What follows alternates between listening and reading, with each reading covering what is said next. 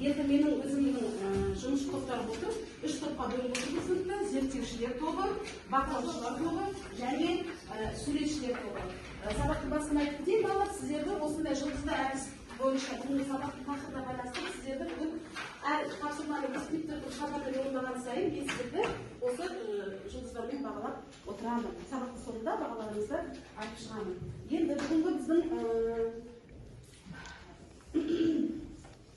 бүгінгі оқу бағдарламасына сәйкес оқу мақсаттары тақырып бойынша үйренген сөздерді қолдана отырып, мәтінде көтерген мәселеге өз көзқарасымызды білдіреміз.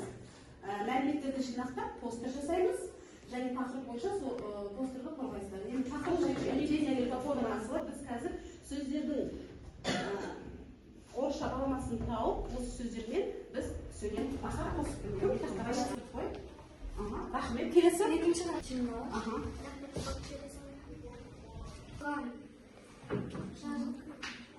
Иә. Рахмет. Келесі қаға? Іште кетпеді. Дүрбі, бенеғыл.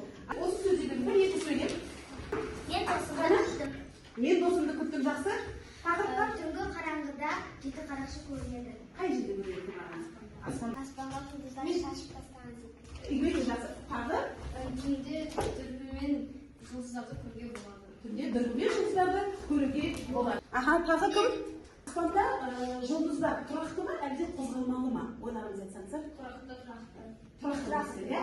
Енді олай болса, мына видеоға назар аударайық. Бұл же Хайди платформасында осы кітапта берілген мәтін мазмұны бойынша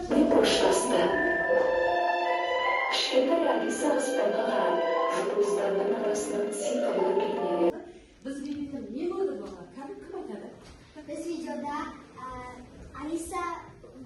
Алиса өзінің ойыншығы туралы аспанда көрді. Ойыншығы аспанда. Жақсы, бұл ойыңыз, Алиса аспаннан жеті қарақшаны көрді. Жеті қарақша шоқ жұлдызды көрді, жақсы. Алиса аспанға қарағанда аспанда жеті қарақшының түрін жұлдызын көрді. Жақсы. Тағы сіздер кіммен қоштасты Алиса? Жақсы, видеоның басында кіммен қоштасты?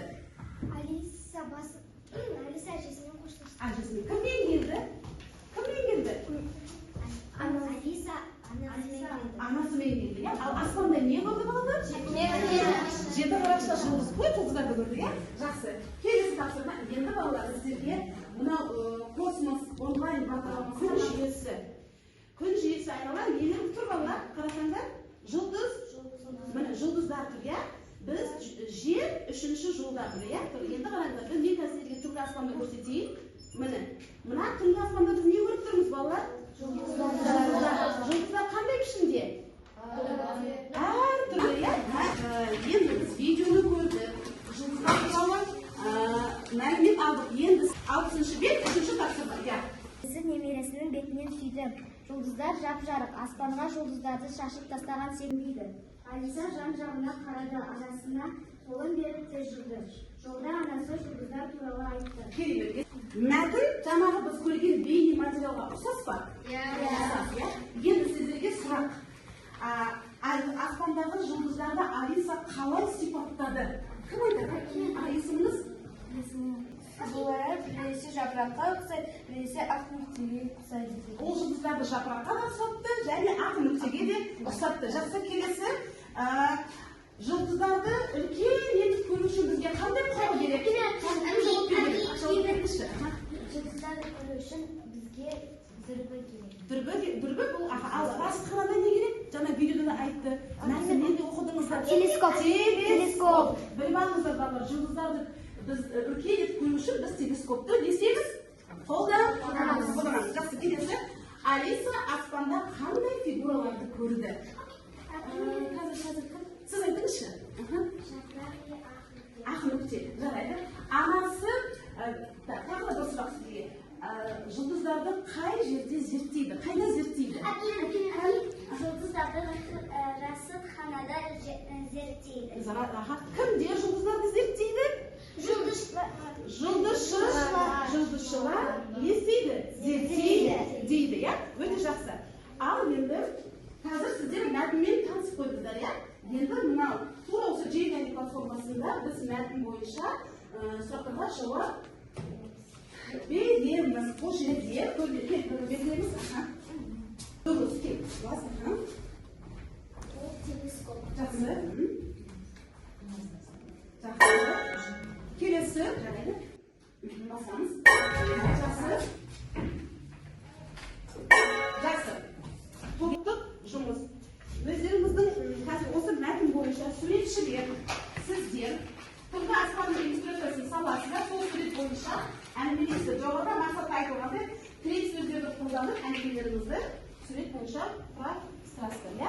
Бақылаушылар, келесі сұраққа жауап бересіздер. Жұлдыздар мұнда не үшін қажет? Тірек сөздерді қолданып жауаптарыңызды толық құрасыздар. Ал зерттеушілер Алиса нені көріп тұр? Және жұлдыздар қандай? Тірек сөздерді қолданып жауаптарыңызды толық құрасыздар.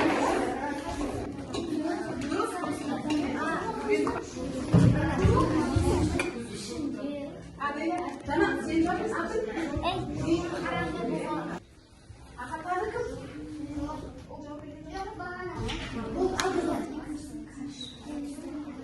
Алиса мені көріп тұр. Алиса қараңғы аспаннан түрлі фигураларды көрді. Қай фигуралар? Жеті қарақшы фигурасымен жұлдыздар қандай? Жұлдыздар жап-жарық.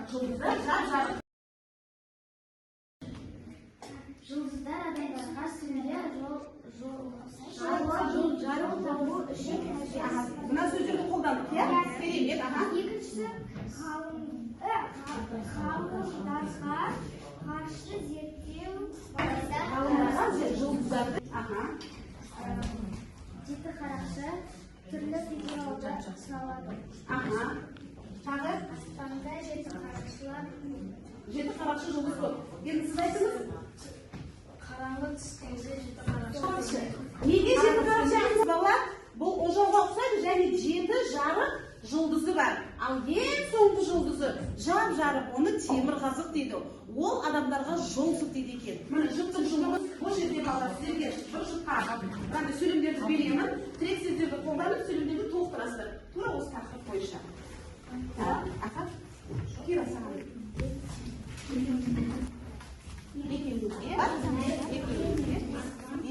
Екеуіңіз. Етіп көру үшін телескоппен бір ақиқаттар болады.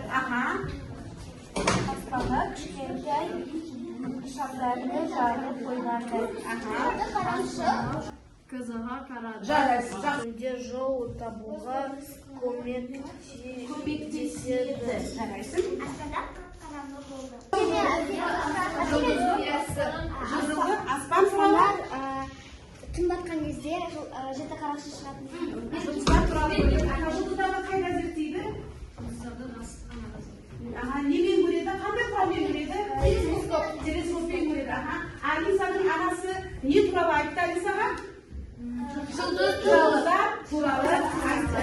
Мына жерде ашылды. Жақсы, келіңіз. Тапсырма 61-ші бет. Енді балаларға қатысқандарыңызға үлкен рахмет. Сау болыңыздар.